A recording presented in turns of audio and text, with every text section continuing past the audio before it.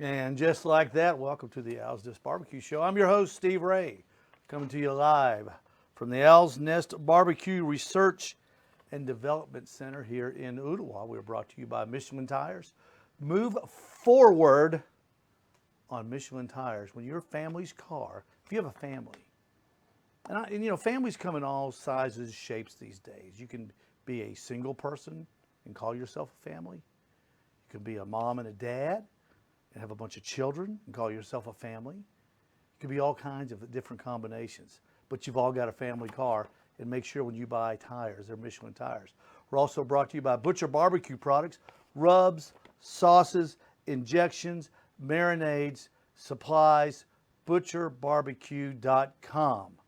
If you're not in the Ottawa, Chattanooga area, if you are, my place, the Owl's Nest Barbecue Supply and Pro Shop in Ottawa. Butcher Barbecue is good stuff.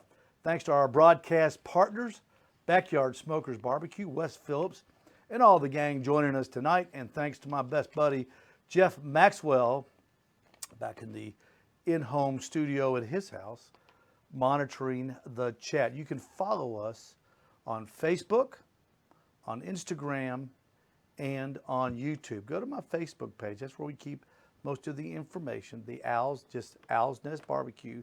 Look at it on Facebook, like it. You can see all the videos, past videos. And you can also go to my YouTube channel, 234 subscribers. We picked up 2 subscribers this week. We're going to hit 1 million by the end of the month. I just know it. Stay with me. Just stay with me. 234 strong, smart. There's 234 smart people in this country. Join them. It's like the Mensa Club. Join us. It's free. There's no dues. And you just watch those videos and you become smart. The Mensa Club. It's just like the Owl's Nest Barbecue YouTube channel. And of course, on Instagram, we post fun stuff right there. We got a great show for you tonight. Hey, real quick, before we go to our guest, when I was coming up here, I had the television on downstairs on Netflix, and guess what was playing? The new barbecue show. It's not the American Barbecue Showdown with Melissa Cookston and the Bledsoe guy. This is the new one, other new one, the Chef's Table Barbecue. I don't know if you guys ever watched Chef's Table. It's really good. Chef's Table is a really good show. It's been, I think, going on for like 7 or 8 years now. And this is the barbecue episode. That was my wife coming in to talk to me. I've been home all afternoon. She hasn't said a word to me. And I go on the show, and now she wants to talk. Good luck. Good luck with that. Tonight's episode is Tootsie Tominets from Snow's Barbecue in Lexington, Texas. She's 85 years old, and she is a legend. And her episode is on right now. Well, I think you can go through all of them. But also Lennox Hasty from Fire Door Barbecue in Sydney, Australia. Of course, I've never heard of her. Rodney Scott I've heard of. Been there. Rodney Scott's Barbecue in Charleston, South Carolina. He is a James Beard award-winning chef who has perfected the whole hog approach. And the last episode is Rosalia, let's see, Che Shuk from Yaxuna, Mexico. Rosalia is a master of the pork dish cochinita. I have no idea what that is, but I'm glad we brought that up because we're going to go to the guests that we're having tonight. And these guests have been charged tonight with finding stuff for your Labor Day weekend get-together. What's up, fellas? Hey, Steve. How you doing, buddy? You've got Steve DOTSON, the Cookout coach on the left. Jeff Rice, we call him Ricer, from Deadbroke Bbq on the right. Folks, I'm going to tell you something right now. Between the two of these guys, you're looking at 2 guys with over 20,000 YouTube subscribers combined. But if you put all 3 of us together, you're looking at 3 guys with over 20,234 subscribers. We're a power. Well, numbers don't lie, Steve. Look, watch out, Malcolm Reed. Just watch out. Watch out, Malcolm. Hey, check this out real quick. We're going to do one thing before.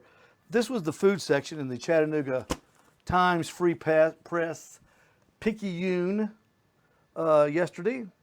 Labor Day takeaways.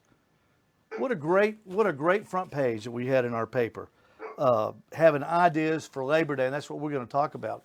But first thing I want to talk to you guys about is something that I saw today. Now, if you had to guess, would you say there was a shortage of red meat? Let's say a shortage of red meat in this country, ribeyes, fillets, that sort of thing, fellas. What would y'all say?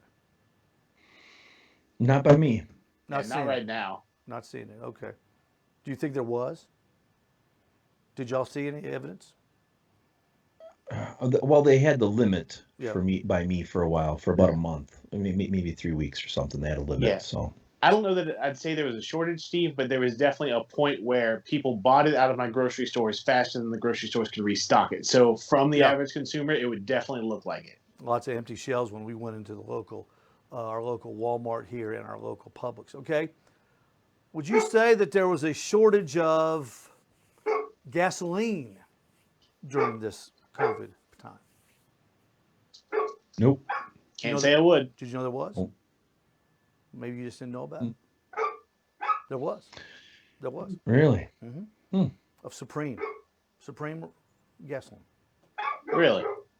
But you know the number one thing that's in a shortage right now, and if I gave you 5,000 guesses, you would never guess it. We're going to test your knowledge. Steve Dotson, what is the periodic symbol HE? What does it stand for? Helium? You got it. There is a worldwide shortage of helium. I kid you not. Could you believe that? Well, you know, Steve, I'm not real worried about that because helium is one of those things there's a limited amount about. We have a national reserve on it. Yes, we do. So you've read up on helium, like me. I'm just a smart guy, Steve. I called my local helium dealer because I wanted a helium tank brought in for balloons. And he laughed and scoffed at me. He said, "Have you not heard?" I said, "I've heard a lot of things. What haven't I heard now?" There's a helium shortage. Where does helium come from? It comes from natural gas. I didn't know that. When they're drilling for natural gas, apparently there's pockets of helium. And when they get to those pockets, they stick a pipe down there, suck it up, put it to a refinery. And there's only 3 in the world. 3 helium. One's in Qatar, one's in Wyoming. I think the other one's in Texas. Only 3 in the world. That's why there's a helium shortage right now. But what do they use helium for, Ricer? Well, stay for with me. balloons, You know how I do. obviously. You know how I do. I'm going to tie this in, okay? What do they use helium for? Well, I mean, obviously they use it for balloons, and oh God darn it, I know there's another thing, but yeah, for balloons. I mean, we just bought a tank from Walmart a couple weeks ago. They got those little party sets that I was able to get one. Yeah, that's real cool. It's very has a very low. It's got the lowest boiling point of all the elements. They cool the. They use helium to cool the rocket boosters on the spacecraft. It's cold. It's cold. Cold as liquid hydrogen. Colder. And you know what else they use it for? Cryogenics. That's right. Famous people that are frozen using helium. And that's where we're going with this thing right now, okay? Here we go. I want you guys to pay attention because I have really done my research on this one right here. Famous people that are frozen using helium and or liquid nitrogen. Actually, helium is cooler. James Bedford, he was the first person to ever be frozen back in, I think, 1967. I think it was on January 12th, and they call that day Bedford Day. Dick Clare Jones, he's an actor, a producer, a writer, and he's best known for the television series, The Facts of Life, Mama's Family, and It's a Living. FM 2030, that's what this guy's name, FM 2030, he said that by the year 2030 that they will have synthetic organs and people will live forever because if they get a diseased organ, they can simply replace it. He died of pancreatic cancer, And before his death, he said that the pancreas was a very small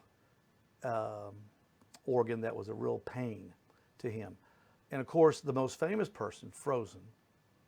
Jeff, I know you're not on camera, but Jeff, who would you think that would be? Michael Jackson? No, I didn't know he was Frozen, Okay. but he might be. No, I don't know. I have I no didn't clue. look. I didn't see, don't but he pay might attention. be. He might be. Steve, have you got a guess? The most famous? I believe it's Walt Disney. No, Oh, he was not. really? But everybody that's a thought he common was. myth then. Yeah. Ted Williams. The baseball player? Yeah, Ted Williams. His head is frozen. Awesome. I'm not kidding. I'm not kidding. His head is frozen.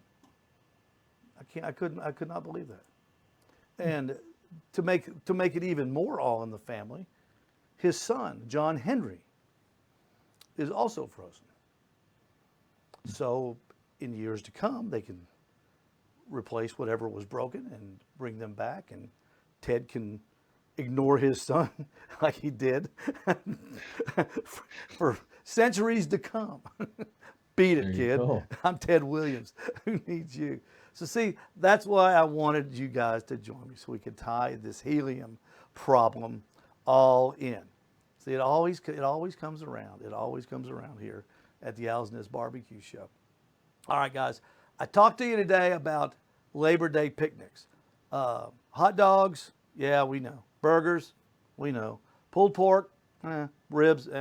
What I wanted was something from the both of you, because you guys do videos all the time, and you always have to come up with ideas. And the reason you have so many subscribers is because your ideas are always fresh and appealing to people, and they like to watch them. So Steve Dotson, I'm going to start with you, and give us your first, and y'all, if y'all have a couple of them, we'll go through all of them.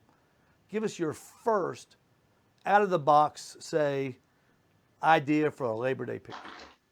Right. So when it comes to picnics for me or cookouts, the way I always like to approach them is I like to have one long cook item and one quick cook item, so that I'm not all discombobulated and worried about, something, getting done right at the same time as another one. So I'll go ahead and go with my long cook.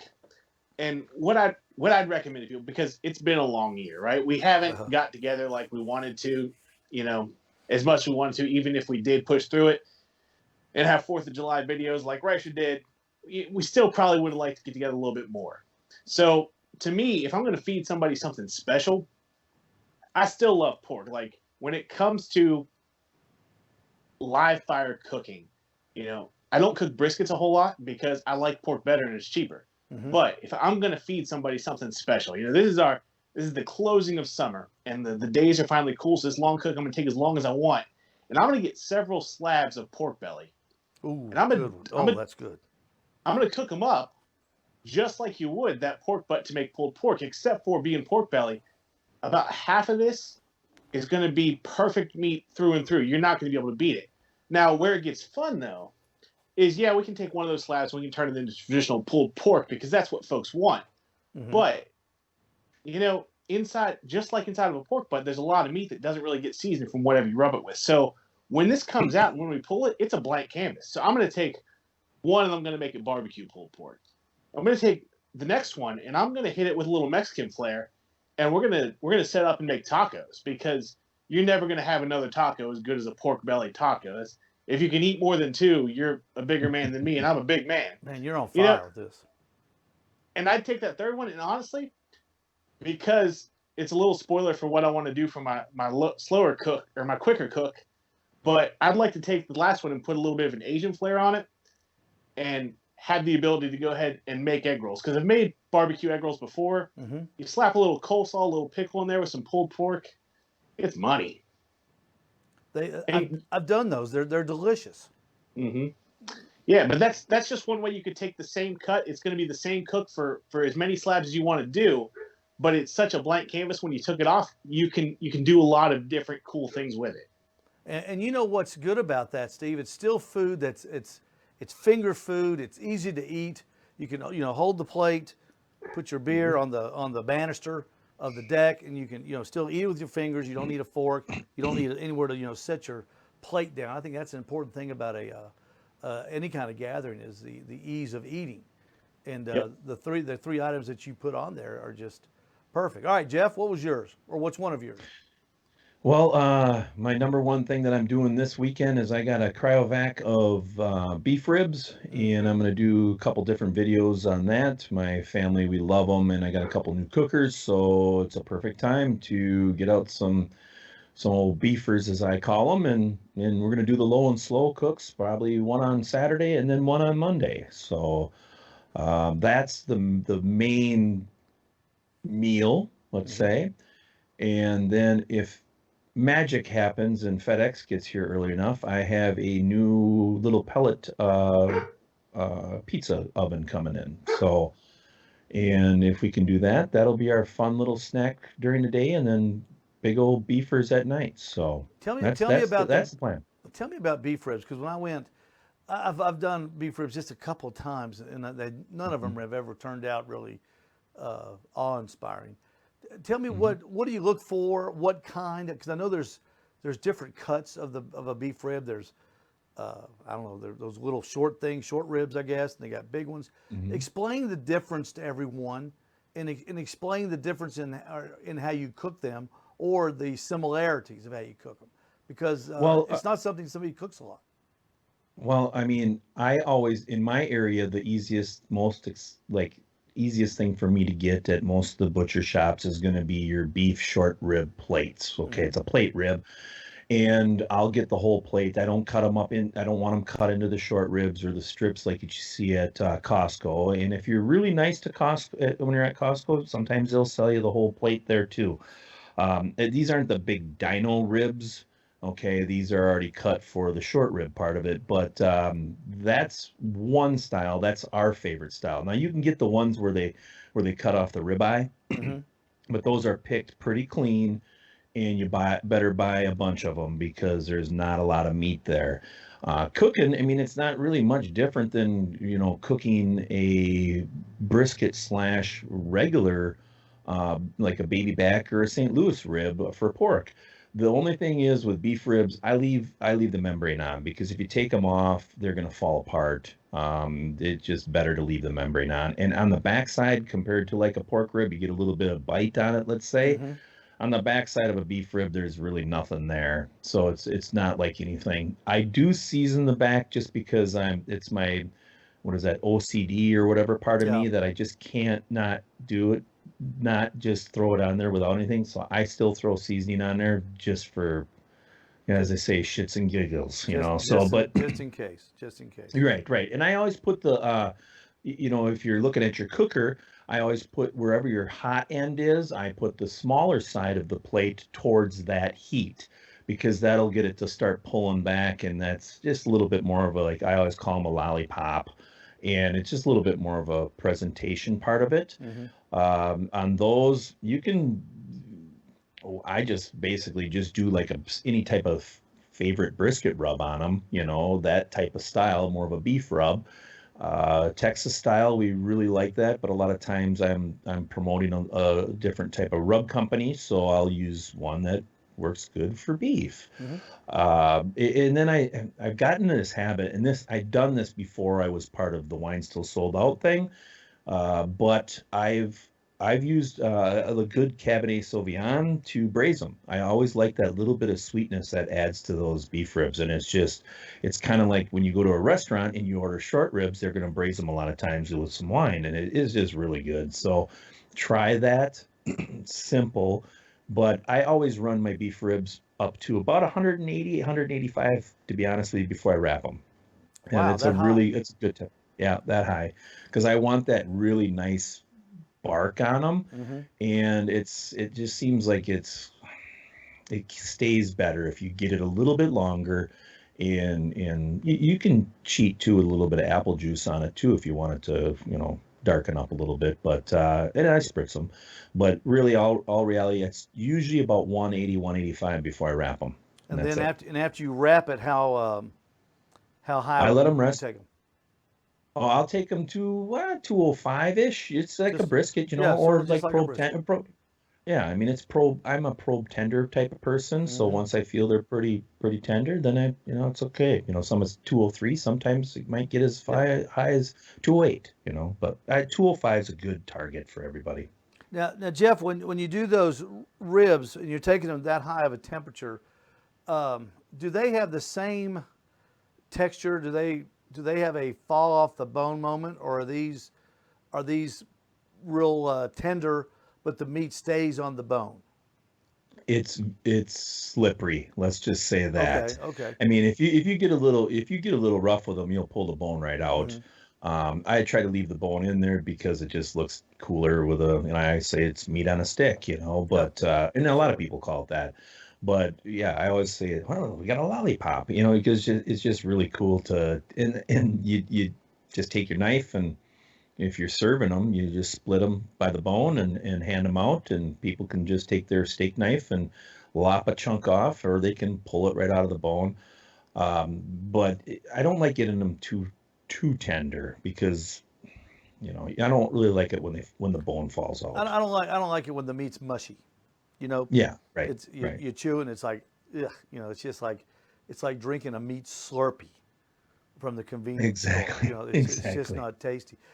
Steve, tell everybody about the. I thought they were hot dogs when you did them on your video, but I know they're brats. And Yeah. Jeff, I don't know if you've watched Steve's latest video yet, but he's got a very unique, and I mean super simple, recipe for a brats and buns and cheese. And Steve, that's what made me think about doing this segment on more unusual things for your Labor Day picnic when I saw the video that you did. Yeah, so those are my secret well, it's not a secret now. Um that's my good luck meal. My brother and I have those every single Friday night before competition. And it sort of has developed over a couple of years, and it originated from I needed something easy to make that wasn't going to take a whole lot of time because the next day we were going to cook our butts off Yeah. in this competition. So it started with they're Johnsonville brats, and those in the video were chili cheese ones. They're just cheese ones or jalapeno cheddar ones or hot cheese ones, and they're called brats, but really to me they're more of a hot dog because they're pre-cooked like a hot dog is. Hmm.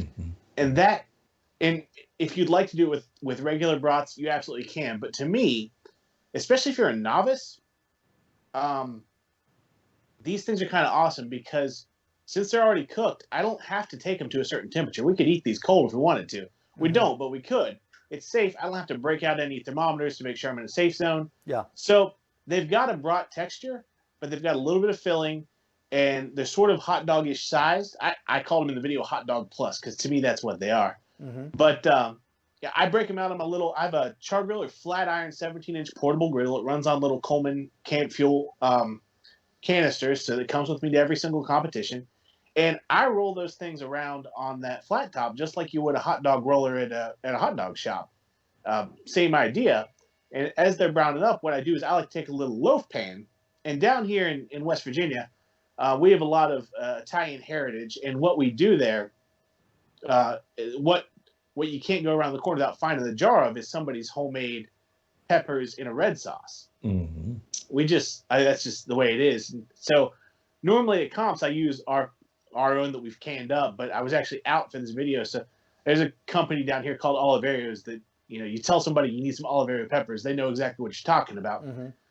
So I just slammed those in a loaf pan and set it on the griddle and just let it warm right up while those hot dogs are finishing up. It takes about 7 or 8 minutes. By then, those peppers are bubbling hot, and the brats are ready. So you take your sausage roll and you toast it up on one side, flip it back over. You throw a brat down, you spoon in some peppers and sauce, and then I like to put on some ultra thin provolone cheese just because it melts super fast. Yeah, that's what really looked good on that was when that cheese, it starts melting. It looks like when a piece of American cheese is melting on a smash burger. Yeah. It's just like, oh, I can't wait to, is this thing done yet? I can't wait to eat it. Yeah, I'm glad you liked it, and that's how I feel in person, Steve. But I'm gonna be honest with you, that thumbnail picture, that's not my best work. Although I think I'm getting some clicks because people told me they thought I had some raw chicken in a bun. Dude, I thought it was raw chicken legs in a bun too at Yes. first. So and I'm then, hoping that some curiosity is going to get some people to click on this sucker. There you go. But yeah, I was doing my post editing and I was looking at the pictures and I was like, this is not good. I should have thrown some red sauce and some peppers on top of it so you get the idea. But the problem was, well, the problem for the picture was that cheese encased all of that. And it's not great for a picture. However, for me eating that sucker, those things are money every day. And they've been good luck all year in competition. So ain't nothing changing. Well, you know, that brings up another good subject of what we use to cook on during Labor Day. You know, everybody, the grill, the smoker, but all three of us now have flat tops. And, you know, we all, when we're out there cooking, we're all dreaming of saying, oh, I could, down here, we dream of working at the Waffle House. That's the local, you know, I don't know if you know what a Waffle House is, but it's a breakfast place all day long, 24 hours a day. And they're a lot of fun to cook on. Jeff, are you considering using that in your arsenal for Labor Day? Are you going to maybe bring that in and kind of add it to the mix? Oh, the only thing that I've ever done with, you know, my flat top is actually had my boys will make breakfast on it. I haven't done a lot of the sandwich stuff, to be honest with you.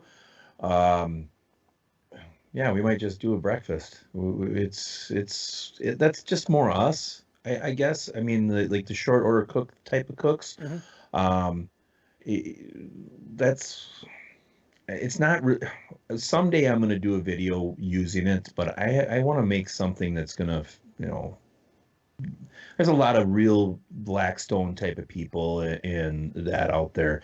I don't feel that that's really my thing to do a video. But one of these days I want to come up and do some of my sides and have that running off the edge and then do it. But yeah, maybe eggs. Maybe we'll do some over easy eggs. And a buddy of mine, Dash from Steel Drum Smokers, he did some beef bacon. And I've been hearing about this beef bacon lately. Have you guys ever had any of that? Because I've seen a couple videos with beef bacon, and it looks like it's coming from the belly, but I'd like to try some of that beef bacon. That looks kind of good. I haven't heard of it. Steve, you heard of it? Oh, I've heard of it. As a matter of fact, if I were you, Rice, I would check. And I've never bought anything from these guys, but everybody I know who has had great stories. The Hassel Cattle Company. Okay. I haven't checked their site in a while, but they had beef bacon on there for a really good price. All right. And I mean, that's Wagyu, so. Yeah, it is. Yeah. Oh, yeah. okay. That's interesting. Ooh. Now you got my attention. Yeah, me too. Wagyu, Me yeah. too. Steve, have you thought about bringing in the flat top for the party? Yeah, and you know, just kind of echoing, right? I feel the exact same way about the flat top. I think I've made 2 videos now with it, but just like you said, there are guys that are real artists on a flat top. That's not my particular weapon of choice. I'm getting more interested with it and more adventures with it, we'll say. But yeah, that's not really my thing. But what I have been wanting to do with it, and what I want to do for my quick cook, is fried chicken. And so here's why. I think I said in the video, I love the fact that you can just set anything on that flat top and boom, it's pretty much a stove, right? Mm-hmm. Mm-hmm. So when I fry things, I usually use a Dutch oven and just fill up a little bit of oil on the bottom of it. Also, I get this weird enjoyment from breaking down whole chickens. It's just one of those things that as you practice the craft and get better at it, you know, it's more satisfying when you can get through there and you didn't catch any bones and you got, you know, 2 breasts, 2 wings, right. 2 thighs and 2 legs, and you're like, man, I'm figuring this thing out. So I like that. But the real beauty of doing a fried dish, in this case, I just have a hankering for fried chicken. As soon as you told me we were going to talk about picnic stuff, I was like, man, I really want some fried chicken. Yeah, and I've been meaning to do this recipe for a while. And the beauty of the flat top is, in the event that some grease spills out of that Dutch oven, either while I'm pulling chicken out or putting it in, or you have a catastrophe and you boil some out, it's just going to season that flat top.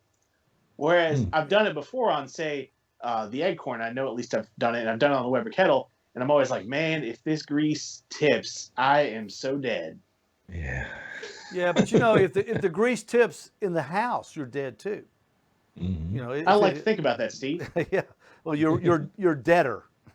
We'll invent vocabulary tonight. You're There you deader. go. Yeah. Because I don't know. We've got natural gas stove. I don't know about you guys, but Yeah. man, if you, I mean, it's happened. I mean, it splashes out. It's amazing how flammable it is. So you're gonna introduce a little bit of fried chicken at your party. I like that idea. I think it's an interesting little kick. Yeah. Well, I think That's cool. that's a really good one. I think, and Rice, you bring up the flat top. I don't think the flat top is hard to cook on. I know there's experts on it, but I've too seen the experts, and there's nobody as good as the guy at the local Waffle House. Yeah, right. Yeah, exactly. And you can sit there at the counter and watch this guy, and man, he's doing it.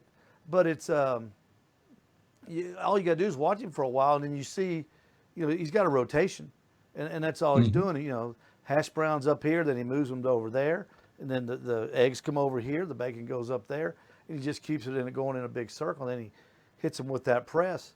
And what I mean by rotation, he cooks on different parts of the grill as the morning goes on. I don't know why, but I guess that there's sweet spots on that grill that he's looking for. Yeah, there's a love heat 'em, thing. I think I think there's a heat thing too as they're cooking, because I watch like Kent from Deadbroke Bbq, and he uses his Blackstone a lot, and he'll be cooking this here, and then he slides it over there, and it's like, oh, okay, so yeah. I mean, I think that's where a little bit of the sliding, but it could be also grease buildup and all that too. Even if they scrape it with a spatula, there's still got to be something engraved and still stuck into that, until you actually steam clean it, or however they really scrub them up in those restaurants. That is the bad part about it. They are kind of to clean up. They're kind of it takes gross. A while. Yeah, kind of gross, because you got that thing behind us, got all the stuff in it. You go, ugh. Yeah. Where are we gonna put that? But it's still a cool thing. But like I say, we use ours for breakfast mainly. So my buddy Al Salvage, who lives right down the street, chimed in. He said, Waffle House, the place where everything tastes like hash browns, and he's right. I don't know. I'm sure they've got them everywhere. The hash browns are those real dry, refrigerated type that they use, and they get that big ladle of secret grease. I don't know. Nobody knows what lard. it is. Yeah. And it's like a cup that tall, and they pour it in that little circle, and then they throw those hash browns in there, and then they flip them one time, and then, oh my God, they're the greatest thing. They're the greatest thing that's ever been put together. So all right, Jeff, what is something else other than the beef ribs that you would like to bring to your cookout to maybe impress people? I just think that the Blackstone you could show off some skills, Steve. Well, I mean, I think people like to watch it. What I do, for our cookouts when I have friends over, I think I can cook a pretty mean scallop. Okay. Oh, okay. So we're kind of going back into more of that Blackstone, but I don't really cook them on there. I've got the certain cast iron pan that I use, and I put it in whatever, either the Weber kettle or whatever, one of my pellet grills or something like that I'm going to use. And I just heat that thing up, so that olive oil starting to burn a little bit, and I throw them on it. And that's actually kind of been a thing that my wife begs me for all the time, and I'm not kidding you. She would rather have me cook 2 big, bags of scallops. So let's say $50, $25 a bag at Sam's Club, and just cook that, and that's it. She could sit there and eat them with that wine butter sauce, garlic wine butter sauce all the time. So, but that's kind of the thing that I do to kind of wow people. They're like, "Holy cow!" Because to be honest with you, a lot of people haven't even had scallops. I've never had a scallop. I've never had a scallop. Oh, you're missing out, brother. Because what is a scallop? Is it a fish? Or is it it's a clam type of Okay. it's a shellfish or shell, Okay. and it's very similar to like lobster and crab is the best way to kind of say it. It's kind of got that flavor more of a crab, but more texture, maybe more like a lobster. But you can eat them damn things raw if they're fresh. You know, you don't really have to. Jeff, how do you cook a scallop? I get that pan just crazy hot, and I throw just a little bit of black pepper and salt on them, and then throw them in there with a little bit of olive oil, typically, because I don't want a real high heat. I want it to smoke. I know that's probably completely against any chef would tell me you're a moron. Well, no, I want that pan to start smoking because I know these are going to get nice and crispy. So you just crisp up the one side and flip them over. And a good medium rare is actually what I cook them to. You don't, if you get them too far, they're pretty rubbery and they're not that good. And then you pull them off, throw a little bit of wine in there, some garlic, or throw a little bit of garlic in there, and then kind of brown that up. Then I'll come in with some just a little bit of wine, depending, and start reducing that, and then throwing some butter at the end. Take it off the heat and throw some butter at the end, and oh yeah, you got one heck of a sauce there. Sounds so good. and some lemon, squeeze some lemon in there, and that's really it. It's really simple. Garnish with little parsley to make it look pretty. But yeah, it's pretty simple. Pretty simple. All right, Steve, desserts. What's on the cookout? The cookout coach Labor Day dessert. I came to you first. I'll give Ricer time to think. So I'll put you on the spot this time. Honestly, I was just talking to my boss about this the other day, and sort of surprised him, and now he's asking for one. But I can make an apple pie on a Kamado that, really? And you got to sort of. Absolutely, and I put a little bit of smoke on it. Not a lot. I'm not trying to be obnoxious with it, but if I'm cooking over charcoal, I'm gonna toss a little bit of smoke in there because it's an apple pie. I put apple smoke on it just for no other reason than that. Stay with the thing. Stay with the thing. Yeah. So my wife makes this cream cheese crust that is it's money. It's better than any pie crust I've ever had. I like to use Honeycrisp apples because they're the best. And I just chock this thing full of the filling. But the thing that you get from it is, because you're cooking in a Kamado or a smoker, it doesn't really matter as long as you're running a clean fire, you get all that convection. So I'll hit that top of that crust with some butter, and it'll brown up and flake up like you wouldn't believe. And man, I tell you, I made one last year about this time, and it was one of the best pies I'd ever had. I mean, it was just picture perfect. I couldn't have been happier with it. And so that's sort of my go-to right now. Now, I've got some other desserts that I'll pull off, but that's my favorite at the moment. Yeah, isn't it amazing how many people cook everything on the grill and outside? I mean, it just amazes me. When you're cruising through recipes, you're looking at websites, YouTube videos, that people are cooking everything under the sun on their grills, imparting outdoor flavors, especially on desserts. Jeff, what's your go-to dessert when you want to wow them? It's not going to wow anybody, but it's blueberry cobbler. It's what I like. And that's really the only thing that we cook in the grill. We take another cast iron, big 12-inch, and we put in some, sometimes my wife will actually help me and we'll make a good homemade blueberry sauce, reduce it down and all that. But the only thing I've ever really with desserts is done cobblers in the grill. Now, if we're going to have friends over, my wife can make a kick butt cheesecake, but she doesn't do it in the grill. So but really, I love cobbler. I could eat cobbler every other day, to be honest with you. So it's typically great. I like cherry cobbler too, and like up in Dordt County, if you're familiar with Wisconsin, they have some really good cherries that we might go up there. That actually on Sunday, that might be our travel, and then we'll bring home some cherries from up there, and then we always make their cobbler, or make cobbler, fresh, real cobbler with that, But I'm a biscuit guy. You gotta use biscuit on top. That's my favorite. So Jeff, when you're getting the party in the neighborhood together, do people come to you and say, Jeff, we want you to cook, or do you volunteer, or is it one of those deals that everybody just knows now that who's going to do what? And it's I kinda walk in the door. I walk in the door and they hand me the spatula. Yeah. I mean, I ain't kidding you. I mean, they're like, "Oh, good, you did come because I didn't really want to cook this." All right, I come over to friends and they invite us over for steaks. yeah. Well, you're cooking them, right? Yeah, I'll cook them. So I'm just used to that. I've been doing that for years, and yeah, I mean, and it's still kind of a fun thing for me to even if I do like to have other people cook for me once in a while, especially when you get into the protein part of it. Mhm. But I'm just used to it. That's why my wife and I try to go out once every other week for sure to have somebody else cook so I don't have to do it, So But doesn't it make go you out for feel pride good? rib. Makes you feel good, doesn't it? Yeah, yeah. I mean, my friends know. I mean, you've seen him in my videos, Dale. He's a fabulous cook. I mean, he's a pizza machine too. He's got a great little pizza thing that they do during COVID. They were making free pizzas for everybody all the Wow.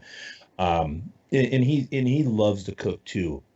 And that's the Italian blood in him, But long story though. I mean, him and I will cook together. He's probably my only friend that him and I will cook together. But when he hasn't cooked anything, who does he call? Hey, Racer. Hey, I want to try a pork loin. It just happened. He's never cooked a pork loin on the grill before, and he just sent me a message a couple days ago, and I'm like, well, dude, that's way easier than a brisket, So you can get this done with no problem. Do you So, tell them? Do but you yeah, tell them to it go is watch your true. YouTube channel? I don't have a pork loin. He's like, you don't have a What? pork loin video. Yeah, yeah. He's like, you don't have a pork loin video. What's your problem? I'm like, I don't know. They're so easy. Yeah, I know. I I mean, should do one. yeah, I know. throw it Should on the do one. grill, cook it to 135, take it off, and turn the grill up and sear it. It's done. Yeah.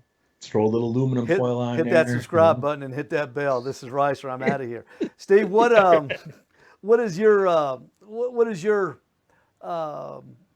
persona on picnic day? Do you get to do the cooking? It goes without saying, or do you have to volunteer, or does your wife say no, not again, let somebody else do it? Well, so first of all, there's no walk into the neighborhood party here because this is West Virginia and there are no neighborhoods. You live on a road. You don't live in a neighborhood. So for the sake of this argument, we'll go ahead and we'll talk about family gatherings. And the answer is really no. My brother is the one who does most of the cooking whenever it's a family gathering. Because usually for family stuff, we do a lot of steaks and shrimp. It's easy. It's real quick. And my brother's the steak guy, so he's my wingman for competition. So we go do that. Well, when we're doing a family gathering, I'm his wingman carrying stuff for to the grill to cook steaks. So really, people always send me messages around the holidays and like, hey, what'd you cook today? And I'm just like, nothing. I went somewhere else and mom fed me. See, I think that's all you guys do is just stay at home Yeah. and cook all day. You wake up grab a shower, and you're in front of the grill. Here it is. All right, here's one of my 27 grills somebody just sent me. I gotta cook on this thing and do a video, and then we have to eat the food, or it'll all go to waste. Fellas, It's one of the greatest things ever though, Steve. I'll tell you, when you get a new grill and you get to play with it and start to absolutely. figure out how to cook. So then you have like 5, 6, 8 cooks in a row before you even do a video. So there's a lot of testing first, Oh, absolutely, and it's fun to use different types of things. And Right? fellas, I can't tell you how much I appreciate you guys being on this Labor Day week. Labor Day is my favorite. I like Labor Day better than Memorial Day because Labor Day kind of kicks off a whole new business season for us, and the temperatures cool down, and you're just as busy as you are in the summer, but it's nicer. It's a nicer pace. The coolness in the air. You've got the football. The football season is a background still, thank goodness, and we're really looking forward to this fall. And I just want to tell everybody, and I know you guys don't stop after Labor Day because I've seen y'all's videos in the snow, just unbelievable snow that you guys have. I want to share that with everybody. Don't stop. This isn't the end. This is the beginning of the good time because it's not going to be so hot. It's been 100 degrees here for the last 3 days. I mean, it's brutal down here. And you can't cook. I mean, if you cook, you got to cook inside. You got to have somewhere with fans because it's just too hot. So get the smokers out. If you're thinking about buying a smoker, buy one. Now's the perfect time. to get it. And ask for one for Christmas. For God's Right. sakes, Christmas is coming up. Black Friday's coming up. Go out and get yourself a grill, a smoker, a hybrid, a flat top, something to cook on. And then watch Deadbroke Bbq with Jeff Ricer. Jeff Rice, we call him Ricer. And with Ricer. Steve DOTSON, the Cookout coach, on YouTube. You can find them both there. Good guys, good food, and just a good show. Appreciate you guys very much. Thank you. Thank you, There. Steve. You betcha. Have a good Labor Day, fellas. You too, man. Thank betcha. you. You betcha. All right. Two really, really good guys right there. We'll be here next Thursday night here on the Owl's Nest Barbecue Show. I want to remind everybody, all the local people that are watching. Here's old Steve Brown. Steve, I'm gonna call you about those rubs. We're going to be doing some business with you in just a little bit. I want to remind everybody that's local. We have a lot of. I was just looking at all the local people watching. We're doing a charity barbecue cook this weekend for a friend of my daughter's and a very special person here in our community. And I just want to remind everybody that everybody that has reserved their pork butt, we will be handing them out, taking the money on Sunday, not Saturday, Sunday, the day after Saturday, Sunday, at 11 o'clock at the Midnight Oil Service Station in Ottawa. And we have got Dwight Witherow as a friend of mine, and he has got he's a bread guy. What's the name of that company he works for? I can't remember right now. But he's donated 55 12 packs of buns, so 55 people will be getting free buns with their meal. And the fella, Tim, I think it's Mullen Inc., is from a chef and his wife. They do prepared meals, and they're fantastic here in Chattanooga. That's a chef and his wife is the name of their company. They are donating pimento cheese spread to everybody that has bought a butt. So it's going to be a special day with a few bonus things added in there. We look forward to seeing everybody at 11 o'clock Eastern Standard Time on Sunday at my Midnight Oil Service Station. Everybody have a great Labor Day. We look forward to seeing you next Thursday. And if you're in the Ottawa, Chattanooga area, remember, don't forget, I-75, exit 11 on the east side of the interstate. We're right there on the interstate, right there. I can hit the interstate with a pitching wedge, a soft pitching wedge from my gas station. If you're in the area, stop by. We sure would like to see you. Until next Thursday night, everybody, good night and good luck.